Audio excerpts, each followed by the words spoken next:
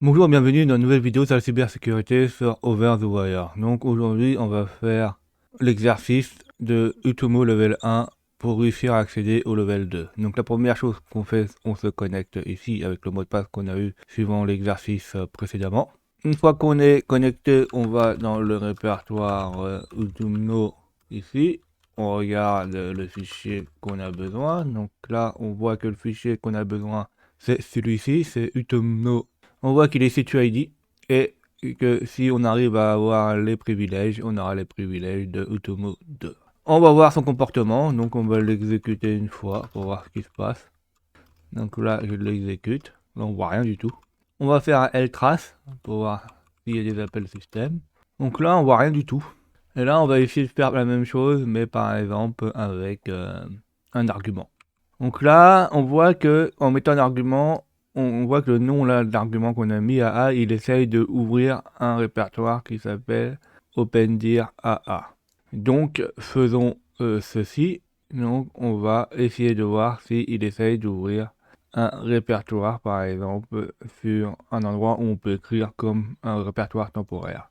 Donc là, on voit que AA, ça fond qu'il n'arrive pas à l'ouvrir. Donc est-ce que si on fait tmp-aa, il n'arrive pas à l'ouvrir aussi, donc il n'existe pas. Donc on peut faire un mac dir tmp-aa. Alors là, il dit que le fichier existe. Ah oui, donc en fait là, il n'arrivait pas à l'ouvrir parce qu'il n'avait pas les droits. Donc là, il essaye quand même d'ouvrir un répertoire. Donc on va essayer d'en créer un qui n'existe pas. Donc par exemple, vous essayez des caractères différents, longueurs différentes, vous trouverez. Là, pour l'exemple, je vais l'appeler ZZ, s'il n'existe pas. Donc là, on voit qu'il n'existe pas. On va faire un ltrace ZZ et on va voir si il nous demande autre chose derrière. Donc on fait la même chose là. Et là, il essaye de lire un endroit, donc un fichier, et il veut le comparer avec la chaîne SH underscore. Donc, il cherche sûrement un fichier qui a ce nom-là. Et il faut savoir que on a un caractère nul après quand on fait une chaîne de caractères, donc on aura peut-être un débordement. Donc allons d'abord dans notre répertoire tmpzz, ou autre si vous appelez autrement. On va créer un fichier qui s'appelle sh underscore et on va voir ce qui se passe. Donc là, on va exécuter Utomo 1 avec le nom tmp et zz, voir le comportement avec ltrace. Alors là, on voit qu'on a un segmentation de faute. Donc ça veut dire qu'on a sûrement soit un débordement de tampon, soit il essaye d'écrire quelque part. Donc là, c'est ce qui s'est passé, c'est ça. Donc si on peut écrire dans la pile, ça va fonctionner.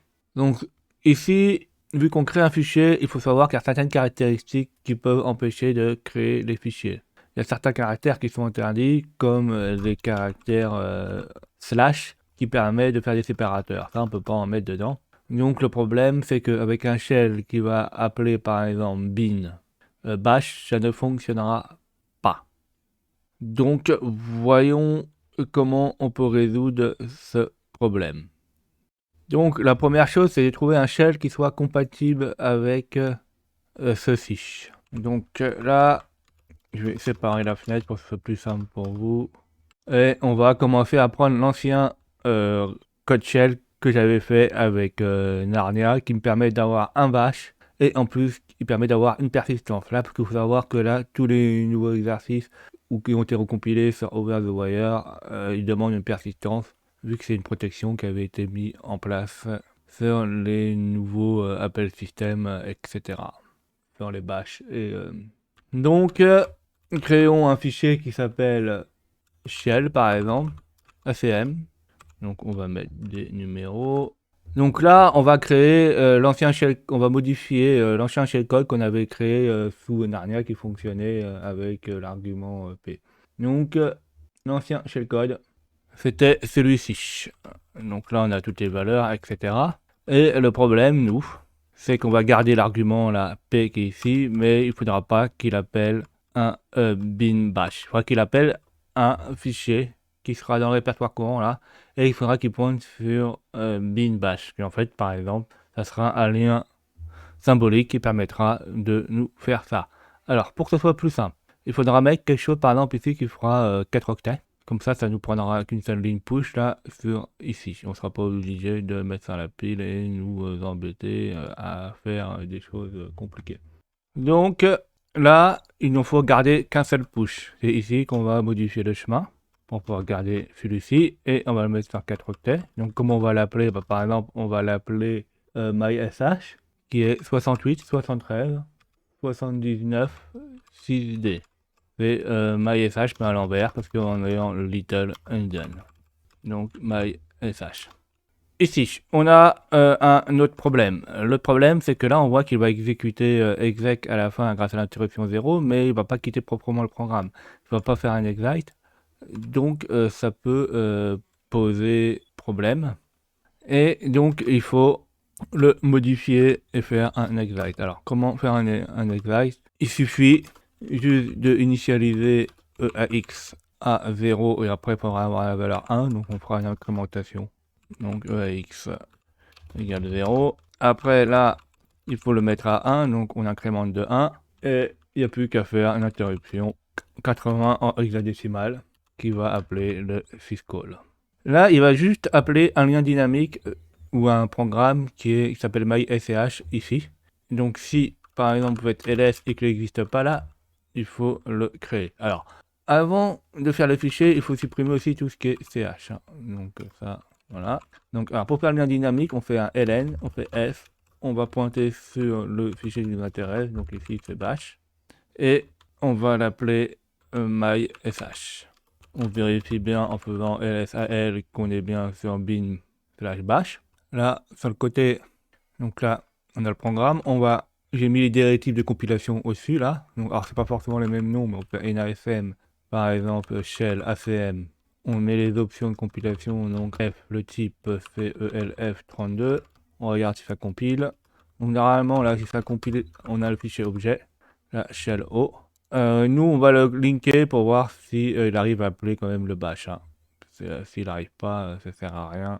Si on a un core dump, ça veut dire qu'on a un problème. Donc on fait M, ELF, I 386. Alors le programme fait shell objet, là, le O, et on veut en sortir un fichier qui s'appelle shell.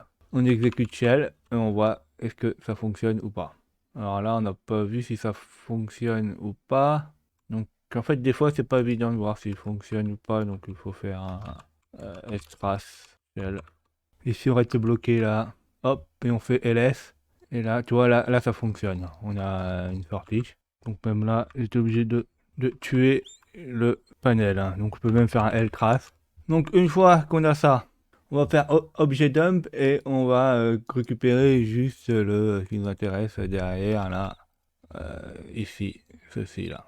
Et ceci, le problème, c'est qu'il faut qu'on puisse le copier dans le fichier ch et on met dessus pour que ça s'exécute. Alors comment nous allons faire ceci? On va faire ça avec Python. Hein.